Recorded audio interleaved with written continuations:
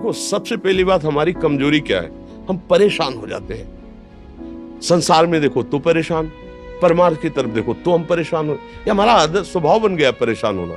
थोड़ा सा धैर्यवान बनो, गंभीर बनो। कोई भारी से भारी विपत्ति में परेशानी स्वीकार करके विपत्ति से थोड़ी निकला है, सुलझो। ठीक है, विपत्ति आई, समस्या आई, इसका समाधान होगा। ऐसा थोड़ी कि हमें नष्ट कर देगी। अगर अभी हमारी बड़ी हानि हो जाती है, हम कल इससे बड़ा लाभ प्राप्त कर सकते हैं। हमको एकदम बिल्कुल गंभीर रहना है, इतने कमजोर नहीं बन जाना। अब वो गए तो क्या होगा, अब वो वस्तु गई तो क्या, पद गया तो क्या होगा। प्रयास किया था, ये पद मिला था, इससे बड़ा पद प्राप्त करूंगा, मैं इससे बड़ा महान बनूंगा। ठीक है, एक बार गिर गया, गलती हो गई, दंड भोगूंगा, फिर इससे ज्यादा संयम में रहूंगा। बिल्कुल मतलब एकदम फ्रेश दिमाग रखना चाहिए।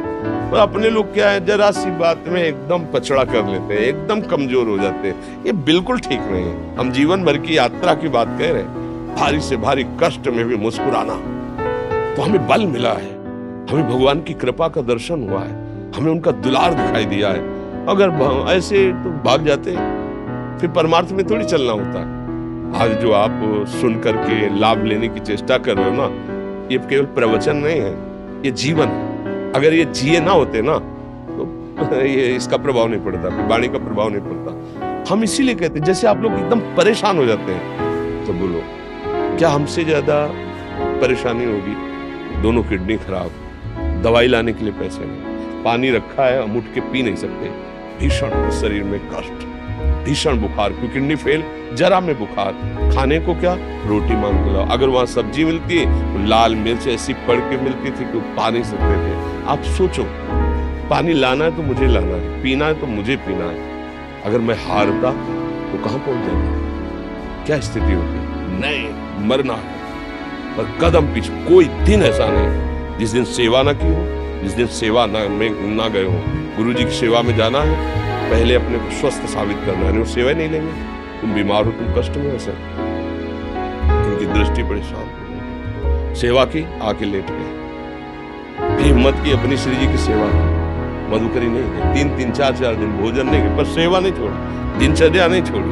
और उसका प्रधान कारण संयम, ब्रह्मचर्य, भगवदाश्रय, नाम लो, कभी हारने नहीं। अभी भी थोड़ी देर बाद डायलिसिस हुई, हारने, आपको हारे हुए नजर आ रहे हैं, शरीर में पीड़ा है, किडनी फेल, ऐसा थोड़ा स्वस्थ बैठे, पीड़ा है, बार बार प्यास लगती है, थोड़ा थोड़ा पानी मिलता है, हर, लेकिन हम आनंदित हैं, हम प्रसन्न हैं, हम लड़ाई में हारे नहीं, ना हारे, हम जीत चुके हैं, हम अपने मालिक के भरोसे में अपना सब बात। तो वो, ये हम अपनी बड़ाई नहीं बता रहे, हम आपको बता रहे समस्या।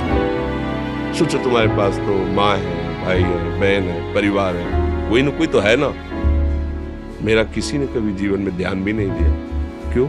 बचपन से बाबा जी बन गए, किसी से प्यार नहीं, किसी से संबंध नहीं, कोई जानकारी नहीं, हम कहाँ हैं, वो कहाँ, किसी से कोई मतलब नहीं। जवान साधु कौन श्रद्धा करे?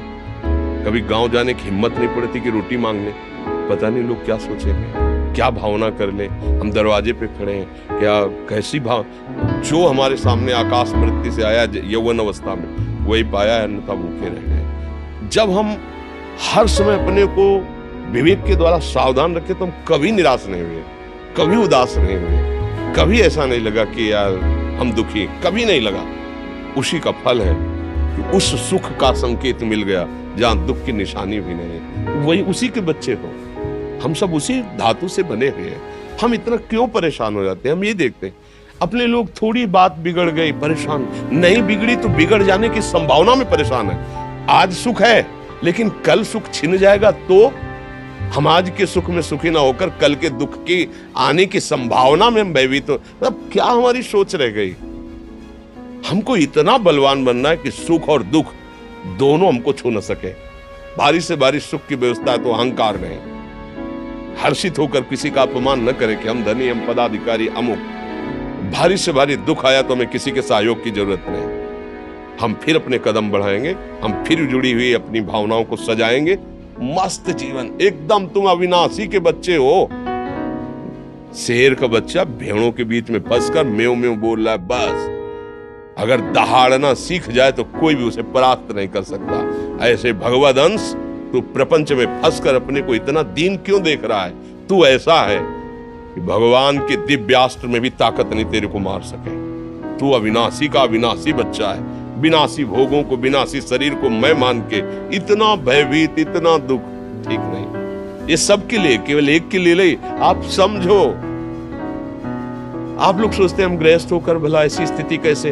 जनक जी सुखदेव जी के गुरु हैं और राजा हैं, महल है, रानियां हैं, नौकर है, चाकर।